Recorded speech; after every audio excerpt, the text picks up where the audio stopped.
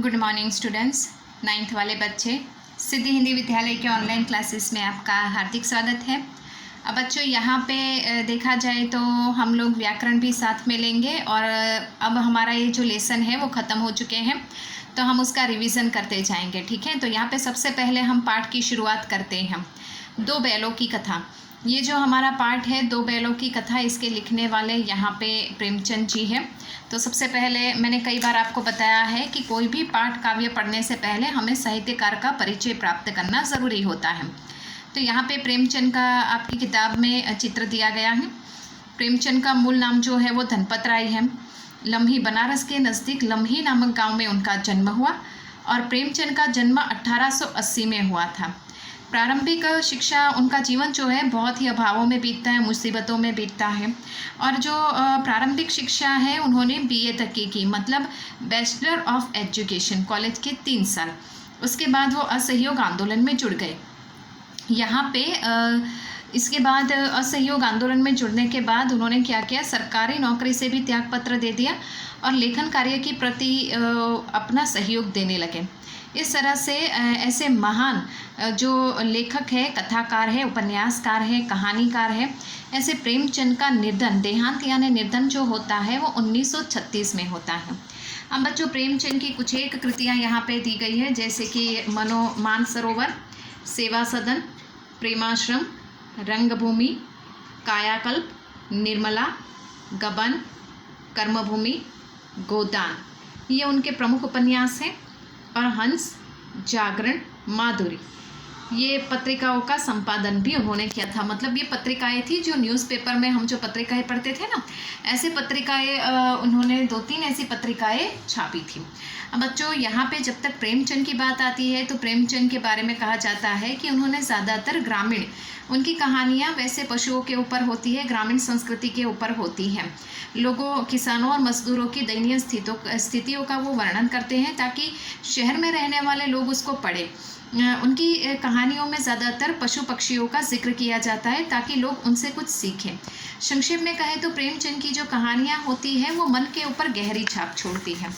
अब बच्चों यहाँ पे प्रेमचंद की ये जो दो बैलों की कथा, ये जो पाठ आपके सिलेबस में है बच्चों, ये इसका साहित्य प्रकार सबसे पहले बता दूँ, कहानी।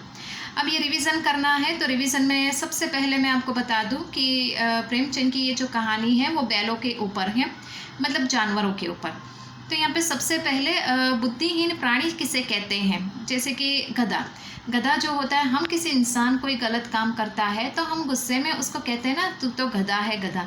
तो मतलब वो इंसान सच में कोई गधा नहीं बन जाता, लेकिन यहाँ पे कहा जाता है कि गधा जो होता है वो प्राणी बुद्धिहीन होता है। इसके लिए हम उस इंसान को भी, जो कभी कभी उसके कार्य को देखकर हम उसको ये गधे नाम का शब्द का संबोधन करते हैं, वो उसके कार्य को देखकर करते हैं। तो यहाँ पे ये शब्द का अर्थ होता है बुद्धिहीन। अब देखा जाए तो गधा जो होता है उसकी प्रवृत्ति देखिएगा, उसका मालिक जो होता है वो जैसी स्थिति में उसको रखता है वैसा खाना खाता है, वैसी स्थिति में रहता है। वो कभी हंसता भी नहीं, रोता भी नहीं। वो उसको कभी ना तो अपनी किस्मत के ऊपर वो रोता है, जब मालिक को ज़रूरत पड़ती है तब वो मालिक उससे काम करवाता है, जब ज़रूरत नहीं पड़ती तो निकाल देता है, फिर भी उसको कोई परेशानी नहीं होती। वो कभी भी किसी भी प्रकार का उसकी प्रवृत्ति हमें देखने को नहीं मिलती है, उसकी स्थिति विचित्र प्रकार की देखने को नहीं मिलती है। लेकिन फिर भी यहाँ पे इतना सीधा होने के बाद भी गधे को यहाँ पे बुद्धिहीन कहा जाता है। तो ये प्रेमचंद हमें बताना चाहते हैं कि ये कुछ समझ में नहीं आता।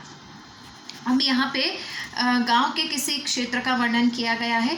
एक किसान का नाम है झूरी। झूरी के पास 2 बैल थे, जिसका नाम यहाँ पे हीरा और मोती।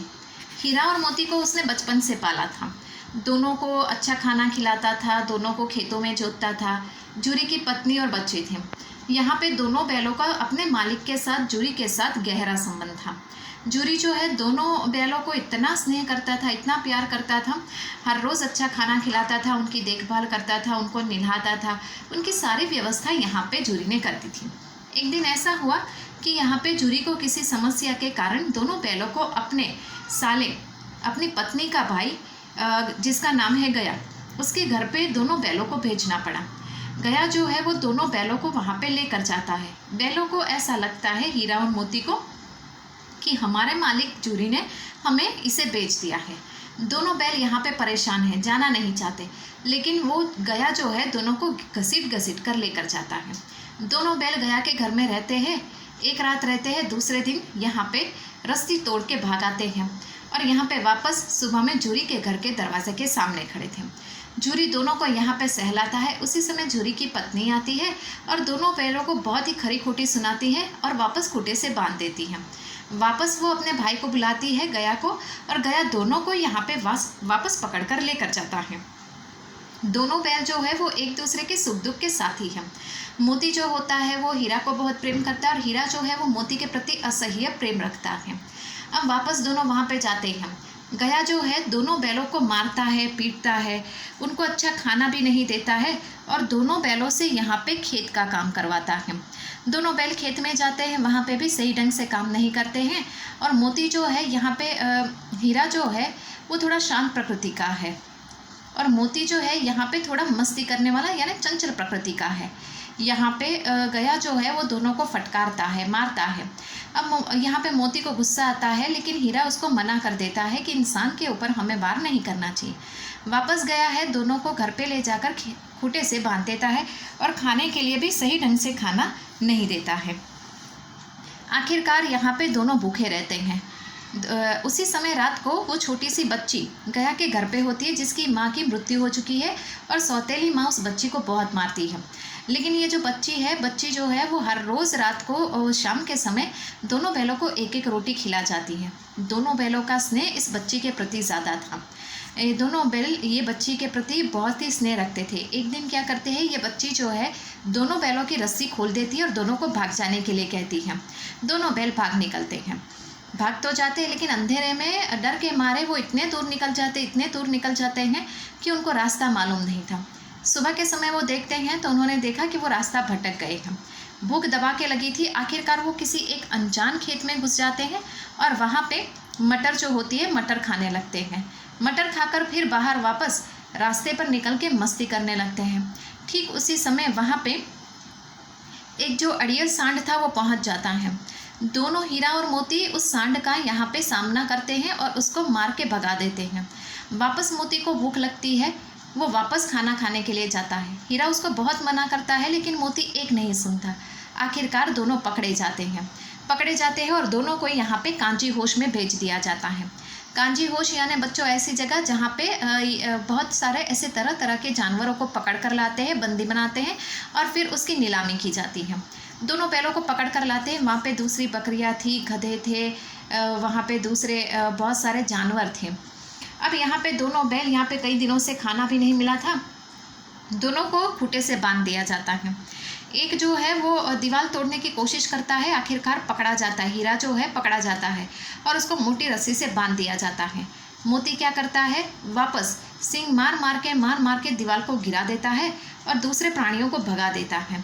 अब यहाँ पे मोती हीरा को बंधा हुआ पाया देख मोती भागता नहीं है। मोती भी चाहता तो जा सकता था, लेकिन अपने मित्र को इस तरह से बंधा हुआ देखकर वो नहीं जाता है।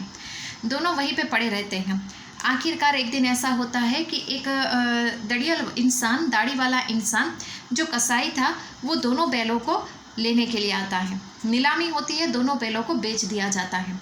दोनों चल रहे थे, ठीक उसी समय सोच रहे थे कि इस इंसान से ये जो कसाई है हमें जाकर काट देगा, हमारी मृत्यु कर देगा। आखिरकार यहाँ से भाग जाते हैं इसको गिराकर, लेकिन हीरा मना कर देता है। जैसे आगे बढ़ते हैं उन्होंने देखा कि रास्ता पहचाना है। फिर उनको पता पड़ा ये हमारे मालिक के गांव का रास्ता है। दोनों बैल है वो रस्सी को छुड़ाकर भागते हैं। भागते इतना तेज़ी से भागते हैं कि जूरी के दरवाजे के पास जाकर खड़े रह जाते हैं। जूरी दोनों बैलों को देखकर खुशखुशाल हो जाता है, दोनों को गले लगा देता है। उसी समय जो कसाई होता है वो आकर कहता है मेरे बैल है, और जूरी वहाँ पे मना कर देता है। दोनों के बीच में वहाँ पे बहुत ही बोला चाली होती है। उसी समय मोती जो होता है वो कसाई को सिंग दिखाकर गांव की सरहद के पार छोड़कर आता है। ये सब कुछ देखकर बच्चे भी हंसते हैं। इस तरह से यहाँ पे ये जो कहानी है बच्चों, जानवरों और इंसान के बीच में किस तरह से स्नेह होता है, जानवर के बीच में भी कैसा प्रेम होता है, उसके ऊपर है। तो बच्चों आज की इस वीडियो में हम यहाँ तक देखते हैं, यहाँ पे रुकते हैं। नेक्स्ट वाले वीडियो में हम दूसरे पार्ट के भावार्थ की चर्चा करेंगे। तब तक के लिए रुकते हैं। Thank you.